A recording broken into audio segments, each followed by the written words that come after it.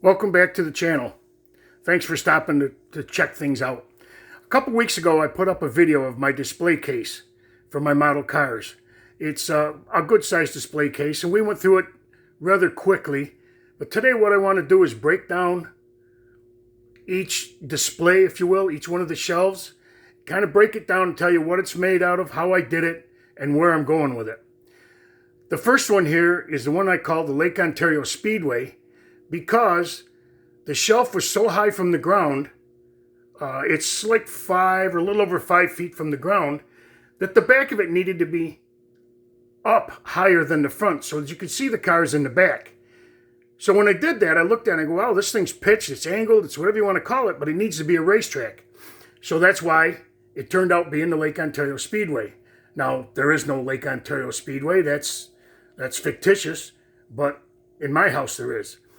So the shelf is made out of 1/4-inch plywood, Luan, which is used mostly for underlayment under your carpets or under your tiles in your house. And then I bought some cork that I bought off the internet. It's maybe like 36 inches wide. Cut it down and painted it black. That's what the asphalt is cork. And then obviously put the stripes on it. And then inside is diorama grass that you can buy at any hobby store. I sprayed it with a light glue and then, put the grass on it. You can see it's kind of scratched up here. Well, that's because I want it to look like somebody lost it there at the start-finish line. You can see they scuffed the tires across the line and then down across the inside yellow line into the grass and ended up in the infield. So to tell you where we're going with this whole front end is going to be this whole left side of this track from the beginning here, up around the curve, up to probably the start-finish line, or somewhere near there. It's going to be all Indianapolis pace cars. Now, I know that NASCAR didn't use Indianapolis pace cars, but we've all got some in our stash or in our collection, and I had to put them somewhere when I built them. Now, here's a list of the ones that aren't here yet that I'm going to be using in my collection. It's not all of them. They've made pace cars for probably 100 years, and not all of them are available, but a lot are. But this is what I've got right now to put in here. Now, down there on the left-hand side, right there next to my finger, you'll see it says 91 Stealth. There's a story behind that car. The Stealth was made by Mitsubishi overseas, and they had it picked out, marked out, and everything as a pace car. Well, the UAW said, no, that car wasn't made here. That's not an American-made car. You need to do something different.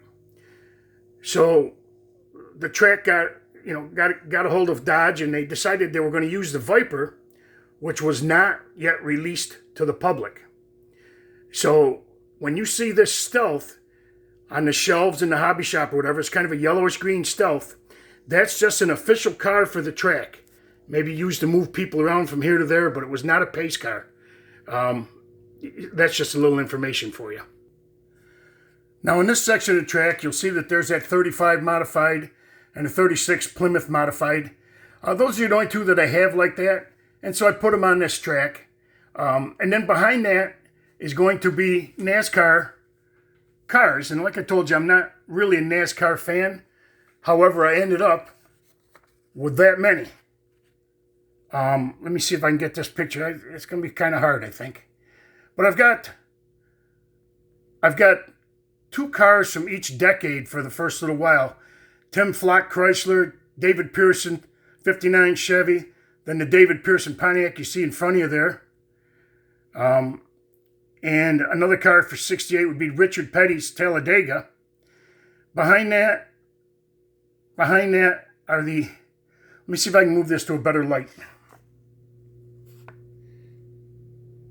Behind that are the 70 cars. Bobby Allison, Monte Carlo, 74 Richard Petty Charger.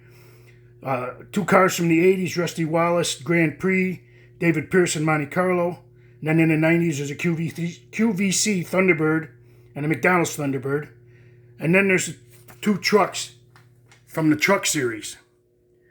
One of them back there is the Goodwrench truck, and the other one is a Quaker State truck that I'll be putting on the thing. And this, again, is a picture of the background all the way from one end of the track to the other. And this is 3 cars wide. I don't know if I'm going to be needing... I'm going to need all 3 lanes, but they're probably not going to be solid 3x3 all the way. They'll probably be staggered a little bit, one a little bit behind the other as we go along. Now down on this end of the diorama, I've got what I call a Coliseum having a monster truck show. I haven't given it a name. I thought about that a couple days ago, that I've never given the Coliseum a name. So I guess I'm going to have to come up with that.